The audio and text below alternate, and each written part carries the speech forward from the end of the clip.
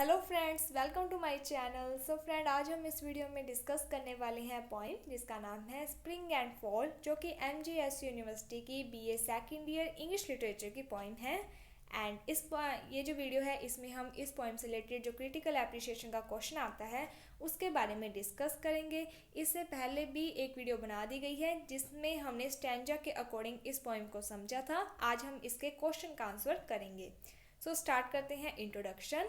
ये जो इंट्रोडक्शन है टॉपिक, इसमें जो भी लाइंस लिखी हुई हैं ये सेम लाइंस आप अगर इस पॉइंट से रिलेटेड स्टैंजा आती है तो उसमें पहला पॉइंट आप बनाते हो रेफरेंस, उसमें भी आप लिख सकते हो। इंट्रोडक्शन में लिखा हुआ है in the poem of Hopkins, कि ये जो पोइम है ये हॉपकिंस के द्वारा लिखी हुई है। We find an increasing consciousness of the effect of age. इसमें हमें क्या पता चलता है कि जो एज है जैसे जैसे वो बढ़ती जाती है एंड एज में ह्यूमन के जो एक्सपीरियंस होते हैं, वैल्यूज़ होते हैं, उनमें क्या है कि एक कॉन्शियसनेस आती है। यानी कि जब हम छोटे होते हैं तब हमें कुछ बातों का नहीं पता होता है या प्रॉपर वे में हम उन थॉट्स के प्रति पूरे तरीके से कॉन्शियस नहीं होते हैं, लेकिन एज के साथ साथ हमें बहुत सारे एक्सपीरियंसेस होने लग जाते हैं जिसके कारण हमारी जो कॉन्शियसनेस है, जो जागरूकता है, वो क्या है इंक्रीज बढ़ने लग जाती है। The poem is address to a young child name Margaret. ये जो पोइम है इसमें मार्गरेट जो कि एक यंग चाइल्ड है उसके बारे में बात होती है। एक लड़की होती है मार्गरेट, उसके दिमाग में एक थॉट आता है और उसी थॉट पर क्या है कि ये सारी जो पोइम है ये बेस्ड है। Margaret is an imaginary child, और ये जो मार्गरेट है ये एक इमेजनरी काल्पनिक बच्चा है। The idea convey through the poem are not Hopkins idea. ये जो पोइम है इसमें एक आइडिया बताया गया है, एक विचार दिया गया है, और ये जो विचार है ये हॉपकिंस का नहीं है। They are the idea of imaginary child, बल्कि ये जो विचार है ये उस इमेजनरी चाइल्ड मार्गरेट का है। She feels unhappy on the falling of leaves. तो वो क्या है कि खुश नहीं होती, यानी कि अनहैप्पी होती है, दुखी होती है जब वो देखती है कि पेड़ से पत्ती हैं जो वो गिर रही है। The poet ask the young child Margaret. तो जो पोइट है वो उस चाइल्ड मार्गरेट से पूछते हैं if she is unhappy at the site of falling leaves, कि क्या वो इसलिए दुखी है क्योंकि उसने देखा है कि ये जो लीव्स हैं वो पेड़ से नीचे यानी कि टूटकर गिर रही हैं। इसके बाद है subject matter of the poem. In this poem, इस पोइम में a child name Margaret feels sorrowful on seeing the death and decay of leaves in the forest. इसमें क्या होता है कि एक छोटी सी बच्ची होती है जिसका नाम होता है मार्गरेट। जो मार्गरेट होती है वो जब देखती है कि पेड़ से जो पत्तियां हैं वो टूट कर नीचे गिर रही हैं, तब क्या है कि उसे वो जो साइट होता है, वो जो सीन होता है, उसे देखकर वो सोरोफुल यानी कि दुखी हो जाती है। She sees this phenomenon in the nature. उसने ये जो फिनोमेनियन है नेचर का ये फर्स्ट टाइम तो इसने क्या है कि पहली बार इस तरीके का जो फिनोमेनियन है, जो भी रूट होता है प्रोसेस, उसे पहली बार देखा था कि जो पत्तियां हैं जब वो नहीं होती हैं तब तो वो पेड़ के साथ लगी होती हैं, लेकिन टाइम के बाद, थोड़े ही टाइम के बाद वो क्या है कि पेड़ से टूट कर नीचे गिर जाती हैं। So she is sad. उसने ये चीज़ पहली बार देखी थी इसलिए वो दुखी थी। And sorrowful. The poet says that, poet कहते हैं कि man who daily see such death everywhere do not feel sorrow over this sight. यानी कि उस लड़की ने पहली बार इस तरीके की कोई घटना देखी थी इसलिए क्या है कि वो दुखी हो जाती है। लेकिन यहाँ पर जो पोइट है वो ये कहते हैं कि एक इंसान जो कि ये चीज़ें अपनी लाइफ में देखता ही रहा है, मीन्स कि इस तरीके की जो डेथ है वो अगर अपनी लाइफ में वो हमेशा देखता है तो वो क्या है कि इफ़ेक्ट नहीं होता, उसे किसी भी प्रकार का दुख नहीं होता है। मान लो कि अगर आप देखते हो कि जो फूल हैं वो बहुत सारे जो फ्लावर्स हैं वो अगर पौधे से तोड़े जा रहे हैं तो हम इतने ज़्यादा इफेक्ट नहीं होंगे, लेकिन अगर कोई बच्चा पहली बार ऐसा देखता है कि फूल को पूरे प्लांट से तोड़ा जा रहा है तो वो दुखी होगा, उसको ये लगता होगा कि ये जो फूल है इसे कितना दर्द हो रहा होगा। The young girl feels unhappy on the falling of leaves. तो जो वो लड़की होती है वो फर्स्ट टाइम इसे देखती है इसलिए वो दुखी हो जाती है जब वो पत्तियों को नीचे गिरता हुआ देखती है। The poet ask her. तो जो पोइट है वो उससे पूछते हैं if the site of the fall of leaves has made her sad and सोरो, कि क्या ये जो सीन है, ये जो साइट है कि जो पत्तियां हैं वो पेड़ से टूटकर नीचे गिर रही हैं, ये जो घटना है ये तुम्हें दुखी, सैड और सोरो यानी कि तुम्हें दुख पहुंचा रही है, या आप इस बात को लेकर या इस घटना को लेकर दुखी हो। तो ये जो पोइट है वो उस इमेजनरी चाइल्ड मार्गरेट से पूछता है। ही टेल हर दैट, तो जो पोइट है वो उन्हें कहते हैं leaves are just like a man and women in this world, कि ये जो पतियां हैं ये भी क्या है कि इस संसार में जो मनुष्य हैं, जो मैन एंड वुमेन हैं, उनकी तरह ही है।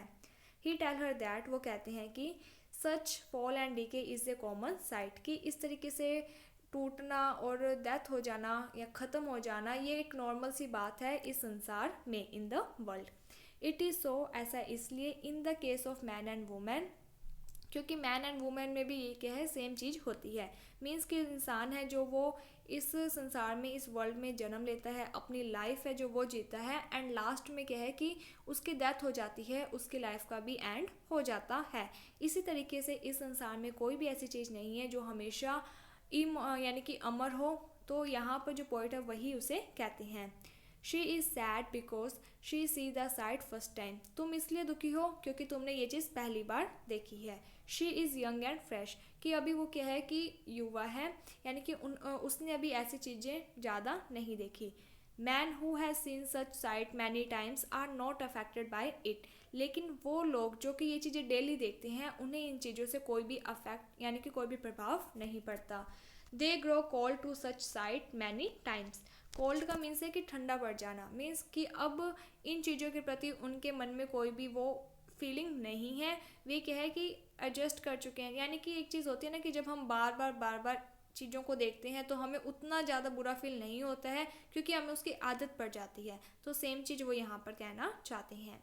Even the death of large forest will not move them, तो यहाँ पर जो पोइट है वो कहते हैं अगर बहुत सारे जो फॉरेस्ट हैं, जो पेड़ पौधे हैं, अगर हम उन्हें भी काट दें तो भी लोगों को कोई भी इफेक्ट नहीं होगा। They have grown so much use to it, क्योंकि वो इन सब चीज़ों से क्या है, उन्हें आदत पड़ चुकी है, वो बड़े हो चुके हैं। यानी कि इन्हीं चीज़ों को देखते हुए वो बड़े हुए हैं, इसलिए उनको क्या है कि आदत पड़ चुकी है। The poet says that, poet कहते हैं कि द चाइल्ड्स हार्ट वीप, जो बच्चा है वो क्या है, रो रहा है, यानी कि उसके बच्चा है जो उसके मन को क्या है कि बहुत ज़्यादा ठेस पहुंची है। Not because of falling leaves in a single forest, इसलिए नहीं क्योंकि उसने देखा है कि पेड़ों से पत्तियां गिर रही हैं, such but because she know that the cause of sorrowful सोरो एवरीवेयर इज़ द सेम, क्योंकि उसे पता है कि हर एक जगह का ये जो सीन है वो हमें यानी कि हर एक जगह का क्या है, सेम ही है।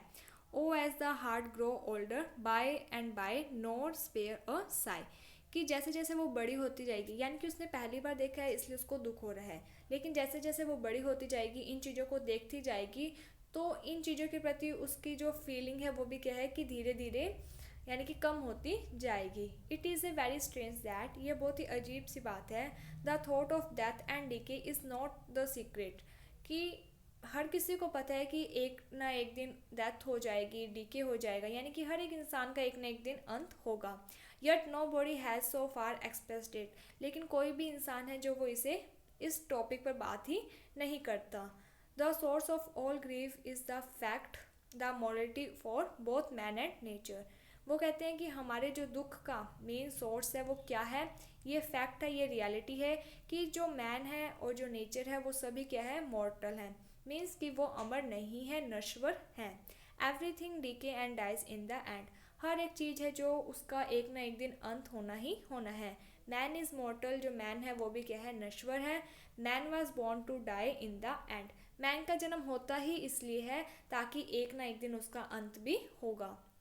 Margaret grieves not so much because she see the decay and death of the forest, Margaret का दुख इसलिए नहीं और इतना ज़्यादा दुख इस बात का नहीं था कि पेड़ों से पत्तियां टूटकर यानी कि उनकी डेथ हो रही है या फिर पेड़ों से पत्तियां टूट रही है, बट बिकॉज उसको दुख इस बात का था, शी नो दैट, उसे भी पता है, she her self also decay like that, कि एक दिन उसका भी इसी तरीके से अंत हो जाएगा। यानी कि वो फील करी है, अपने साथ कनेक्ट कर रही है कि जिस तरीके से आज पेड़ से पत्तियां हैं जो वो टूटकर गिर गई हैं, वो मर चुकी हैं, तो उसी तरीके से वो भी क्या है कि एक दिन यानी कि उसकी भी डेथ हो जाएगी। In the falling leaves she see the vision of her own decay and death, यानी कि पत्तियों को गिरता हुआ देखकर वो खुद की जो डेथ है, जो डीके है, उसके बारे में सोचने लग जाती है, उस सीन के बारे में उसे भी याद आने लग जाता है। Margaret is grieving for the death of Margaret, यानी कि मार्गरेट को खुद की डेथ का एक दुख है। For the individuality which is symbolized by the figure and, यहाँ पे ये स्पेलिंग सही कर लेना, and the name of the Margaret. तो हर एक इंसान के थॉट के बारे में बताया गया है कि हर एक इंसान है जो उसकी क्या है, डेथ तो होगी। और जब भी हम डेथ के बारे में सोचते हैं तो हम क्या है, दुखी हो जाते हैं। बट जो डेथ है वो एक फैक्ट है, वो एक सच है जिससे कोई भी नहीं छुपा है, सभी को ये बात पता है, लेकिन वो एक्सेप्ट नहीं करते हैं। इसके बाद नेक्स्ट पॉइंट है no scene setting. The poem is throughout in direct speech, कि ये जो पोइम है ये क्या है कि एक डायरेक्ट स्पीच में चल रही है। There is no attempt of scene setting, sorry यहाँ पे सेटिंग वर्ड था पहले पॉइंट में। There is no attempt of scene setting, किसी भी प्रकार का कोई सीन को सेट नहीं किया गया है। फॉर नन इज़ रिक्वायर्ड, क्योंकि कोई भी ज़रूरत ही नहीं थी। We visualise the poet having come across Margaret, तो हम बस यही विजुलाइज कर सकते हैं कि जो पोइट है वो मार्गरेट के पास से गुजरे होंगे। वीपिंग साइलेंटली बाय हरसेल्फ, और जो मार्गरेट थी वो रो रही थी अपने अंदर ही। क्या है कि जब वो पेड़ों से पत्तियों को टूटता हुआ देखती है तो वो अंदर ही अंदर अपने मन में दुखी थी और रो रही थी। And in the slightly tentative empathic question which with which the poem opens sense the mixture of curiosity, fear of upsetting girl which trouble the poet's mind। तो वहाँ से जब पोइट आते हैं तो जो पोइट है वो मार्गरेट से क्वेश्चन पूछते हैं कि क्या वो इसलिए दुखी है कि वो पेड़ों से पत्तियों को टूटता हुआ देख रही है। तो ये जो सीन है ये क्या है, इम्पैथी से रिलेटेड हो जाता है। जो मार्गरेट क्वेश्चन पूछती है, यानी कि पोइट का जो क्वेश्चन होता है, मार्गरेट के जो इमोशंस होते हैं, जो फीलिंग्स होती हैं, इन्हीं से क्या है कि ये पोइम है जो वो स्टार्ट होती है। और इस पोइम का जो सेंस है वो एक प्रकार का मिक्सचर है, किसमें क्यूरियोसिटी में, फियर है, अपसेटिंग गर्ल है, यानी कि जो लड़की है उसे दुख भी है, डर भी है, इन सब चीज़ों से क्या है ये जो पोइम है वो स्टार्ट होती है। इसके बाद अगला पॉइंट है theme. Although Hopkins generalized about the human situation behind the line, we feel his consciousness of his own position। तो इस पोइम में जो हॉपकिंस है वो जनरलाइज करते हैं ह्यूमन की सिचुएशन को। इन लाइंस के थ्रू हमें ये पता चलता है we feel his consciousness of his own position, his own position, यानी कि जो पोइट खुद अपनी पोजिशन के प्रति क्या है, कॉन्शियस हैं। Once Hopkin to might will have cap wept over the falling of leaves, कि जो हॉपकिंस है वो भी क्या है कि एक बार पत्तियों को टूटता हुआ देखकर दुखी हो जाते हैं और इस सीन पर उन्हें भी क्या है, रोना आ जाता है। अगला पॉइंट है interplay between feeling and mind, कि ये जो पोइम है इसमें क्या है कि जो फीलिंग एंड जो माइंड है, यानी कि उनके बीच में क्या है, इंटरप्ले किया गया है। The poem interact the interplay between Hopkins feeling and mind, कि ये जो पोइम है इसमें हॉपकिंस की जो फीलिंग है और उसका जो माइंड है उसमें क्या है, इंटरप्ले है। This lead to his admitting a new truth which he had only dimly recognised. तो यहाँ पर क्या है कि उसने स्वीकार किया है एक सच को जो कि उसे कम ही रिकॉग्नाइज था।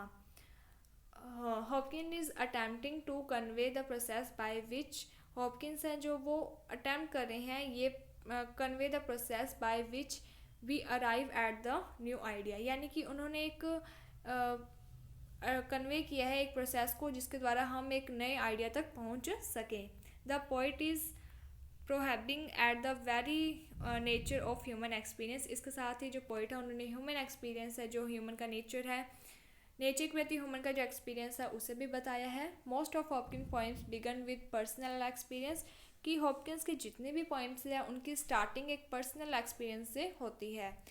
Van he then analyse, then उसके बाद वो उसे एनालाइज करते हैं। इन स्प्रिंग एंड फॉल, ये जो पोइम है स्प्रिंग एंड फॉल में भी experience which he then analyse, सबसे पहले एक्सपीरियंस पर बेस्ड होती है, देन उसे भी क्या है, एनालाइज किया जाता है। सो होपफुली आपको ये जो पोइम है वो समझ में आ गई होगी। किसी भी प्रकार का कोई डाउट है तो आप हमें कमेंट सेक्शन में बता सकते हैं, आपका डाउट दूर कर दिया जाएगा।